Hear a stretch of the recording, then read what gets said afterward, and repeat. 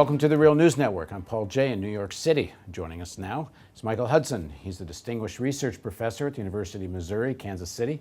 He's the author of Super Imperialism, the Economic Strategy of American Empire, and the book Trade, Development, and Foreign Debt. Thanks for joining us. Thank you. So we've been having conversations, and let's pick up on the issue of taxes. Now, during the Eisenhower years, the marginal tax rate at the highest level was 90%. Give us a little bit of the history, because that seems an astounding number compared to the debate that's going on today. How did we get to that 90%, and then what happened? Well, you got to that 90% right with the first income tax law that was passed in 1913. Under the original income tax law, only 1% of Americans had to file income tax returns. And you had to make the equivalent of about $120,000 in today's dollars, even to be liable to file. The idea of the income tax was to get what the classical economists called unearned income. Most people who made over $100,000 at that time got it from rent or interest or the financial sector or the real estate sector. What was the politics at the time that allowed such a thing to be passed? It was called the Progressive Era, and you had, at that time, the Republicans were still relatively progressive.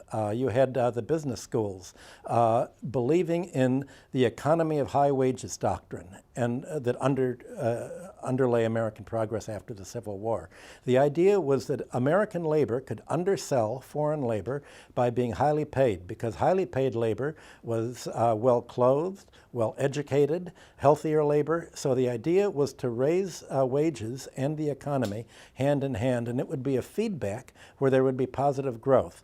And the essence of free market economics at that time, which is what the Republicans believed and many Democrats, was that a market was free of interest and rent charges. The idea of free market from Adam Smith, John Stuart Mill, Henry George, and the American progressives was, how do you free market from income and prices that are not necessary? And what is unnecessary in prices? Well, you need to pay wages, you need to pay the cost of living, but you don't need to pay rent and interest. And the idea was that the government was initially to collect all of the higher income, the higher rental income of land, that was basically, land rent was created by public prosperity. It belonged to the public. Basically. Now, this is a fairly radical departure even from British capitalism, where all this emerged. Not really. I mean, rents was not the rentiers were a big stratum of the capitalist class in England, were they not? Yes, they were, but the ideal of what had put all of this idea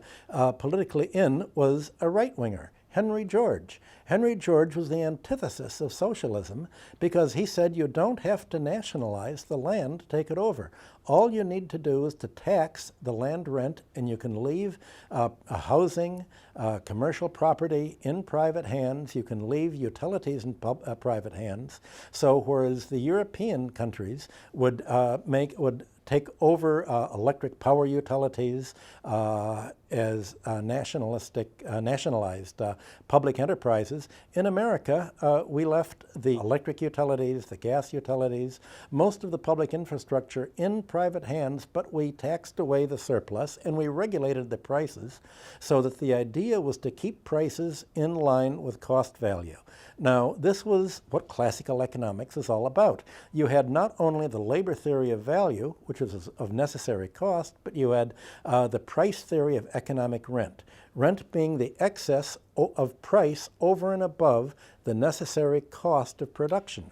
And so the income tax law said, how do we make the American economy more productive so we can become the most productive economy and outcompete foreign economies? And the answer was so that we can keep our prices in line with costs, and the costs will go up, our labor costs are going to go up, but our productivity is going to rise even more. So you had Democratic as well as Republican administrations doing wage productivity studies from the 1890s on that showed that highly paid American labor could undersell what was called pauper labor. So you had America get rich by following the exact opposite of what Paul Samuelson says, the exact opposite of what is taught in international trade theory today, the exact opposite of what Nobel Prizes are given for, that if you increase living standards, you make labor more productive. This is why Asia today is becoming more productive than the United States. Okay, let's back up.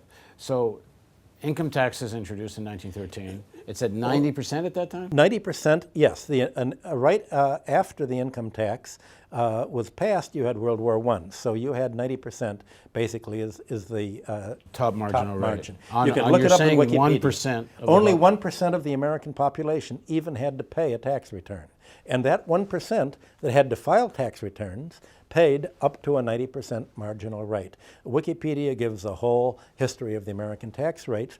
This became normal. During World War II, you had high tax rates up to 90%, not only here, but in England, in Europe. You had all over the world very high marginal tax rates, because the theory was that over a given amount of income, you just didn't need any more income, and that if you made more than let's say 30 or 40 times what a normal worker made, it was probably unnecessary income, and it was income that was created by public spending and by public subsidy and public infrastructure. There was a whole different view of how the economy worked than what you have today. But massive fortunes were accumulated during this period. Yes, there were, even at 90%. You're quite right. Massive fortunes were accumulated. And they were accumulated because even with paying high tax rates, you had the greatest prosperity of all. You could say that GDP, national income, and prosperity and wealth grows fastest when income tax rates are highest. And wealth slows, and the economy slows when taxes are cut. That's counterintuitive, but if you look at any chart comparing tax rates and economic growth rates, that's what you find. The 19th century knew it, the 18th century knew it, but today you have a kind of counter-revolution of junk economics that is basically anti-labor economics. Now, in terms of attack on workers' wages in the United States, one of the big attacks takes place right after World War II in 1946. There's 5 million workers on strike. It's followed by the Taft-Hartley Act, which goes after union rights. So talk about this period, and because it's kind of a mixed bag here. While wages compared to now were relatively higher, it was still the beginning of a real onslaught against workers' ability to organize. The things changed after World War II, and you began emerging from the war with an economy pretty much free of debt. There wasn't much for consumers to buy during the war. Companies didn't borrow. There were a lot of savings, not only in America, but in third world countries and other countries. You had pretty much a debt-free economy, so there was a lot of room. The economy had a heavy government debt, but there was very little private debt. There were very little private debt after the war. Hardly any consumer debt, very little corporate debt. There were heavy savings that were the counterpart to the debt. So debt wasn't a problem after war. Every recovery since World War II has taken place with a larger and larger proportion of debt to income. So it's as if you've been trying to drive a car with the brake pedal pressed further and further tighter to the floor, and now the debt is so high that you have debt slowing things down. So that's changed a lot. And okay, now let's back up to taxes. So taxes, after the something war, has to give. You got 90. Still, you're up at a 90% marginal tax rate for the Right. top 1-2% though. Yes. And then what? How do we get from there to here? Well, steadily, you've had two things happen after World War I when it all began. Number one, you have a redefinition of income, so you give small print tax loopholes to wealth so that wealth is not taxed. In the original income tax, capital gains were taxed at the same rate as earned income, on the theory that if you have a capital gain and build up your saving that way, it's just as if you'd earned the income to save it. There was a whole body of tax literature on this.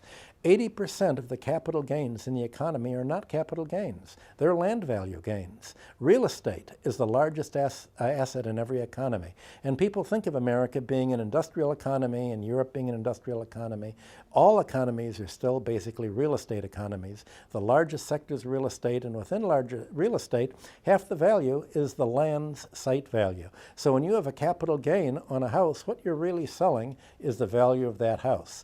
Well, once you had the capital gains tax cut to half the normal income tax rate, all of a sudden you made it possible. When was that? That was, I think, in the 1930s and 40s. Today the capital gains rate is only 15%. That's less than the 15.3% FICA withholding tax that workers have to pay in their Social Security and Medicare. So now you have all of a sudden the economy encouraging speculation in real estate, in stocks and bonds, instead of direct investment. So the result of lowering the taxes, of steadily lowering the taxes on the rich, has been to encourage money to be made in the way that the rich make their money, which isn't on building factories, it's not on employing labor, it's on speculating on real estate, stocks and bonds. And every day in the American economy, an entire year's national income passes through the New York Clearing House every day and the Chicago Mercantile Exchange. The money is spent mainly on assets, on stocks and bonds. When you say speculating in stocks, I mean, in theory, that's the way companies raise money to go, in theory, to do something productive by selling stocks. Take any stock in the United States. The average time in which you hold a stock it's gone up from 20 seconds to 22 seconds in the last year. Most trades are computerized, most trades are short term. The average foreign currency investment it's up now to 30 seconds, up from 28 seconds last month. So we're talking about really short term. The financial sector is short term. They talk as if they're long term because you have essentially economic discussion in this country is like a Chinese menu. You have what really happens in column A, and you have column B, what people would like. You take what really happens and you think what word for what they'd like would be an appropriate label for this. So you can say ripping off corporations and embezzlement. You can call that, Alan Greenspan would call that wealth creation. You have an appropriate euphemism for every kind of reality. But there's a disconnect between the language that you use and what's actually happening financially. And if you're making money as a sort of suppose you're an ATM robber and you hold up somebody and you say your money and your life. The national income accounts would call that providing a service. You're giving them the life and you're taking a payment for the service. Well, you don't really do that because you're small scale. But when a pirate was taken before Alexander the Great said, "What do you have to say for yourself?" And the pirate says, "Well, I'm a little pirate. When I rob ships, you call me a pirate. But when you, the king, rob an empire, you call it a great king." Well, that's how the national income accounts do. When a bank tells a homeowner, your house or we're going to foreclose, that's not treated like an ATM. The interest and the fees that a bank get is part of the service economy. So when we have a service economy, this is what the 19th century called a free lunch economy. Unproductive income or unearned increment is what John Stuart Mill called it. You've all of a sudden replaced the classical economic vocabulary with a kind of euphemism, and then you pretend that Adam Smith and John Stuart Mill were your grandfathers and your patron saints, and actually Adam Smith and John Stuart Mill and the classical economists denounced almost everything that the Chicago boys and the junk economists that are appointed by presidential commissions are saying today is their received wisdom. Thanks for joining us. Thank you for joining us on the Real News Network.